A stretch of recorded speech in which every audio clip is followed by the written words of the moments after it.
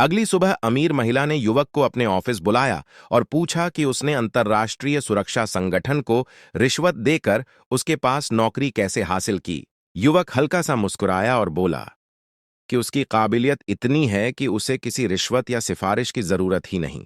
महिला को उसकी बात पर भरोसा नहीं हुआ और वह उसे निकालने वाली थी। तभी युवक ने उसकी स्कर्ट में छिपा एक जासूसी उपकरण निकाल लिया। तब जाकर उसे एहसास हुआ कि उसके आसपास कोई गद्दार मौजूद है। उसे हैरानी हुई कि बाहर से लापरवाह दिखने वाला यह युवक असल में काफी काबिल है। इसलिए उसने फिलहाल उसे अपने ड्राइवर के रूप में अपने पास रख लिया।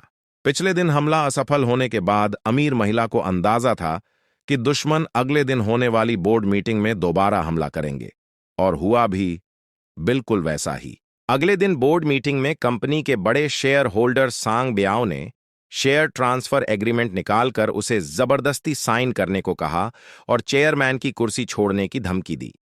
उसने कहा कि अगर उसने इनकार किया तो वह अगली सुबह का सूरज नहीं देख पाएगी। कंपनी के बाकी शेयर होल्डर भी उसके खिलाफ हो गए और उसे हालात समझकर चुपचाप पद छोड़ने की सलाह देने लगे।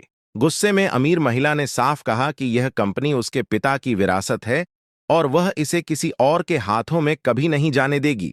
उसकी जिद देखकर सांग ब्याओ ने तुरंत हथियारों की सूची में 10वें नंबर के टॉप किलर को बुला लिया। अमीर महिला के दोनों बॉडीगार्ड उसके सामने टिक ही नहीं पाए। एक को उसने एक हाथ से उठाकर दूर फेंक दिया और दूसरे के दोनों हाथ तोड़ दिए।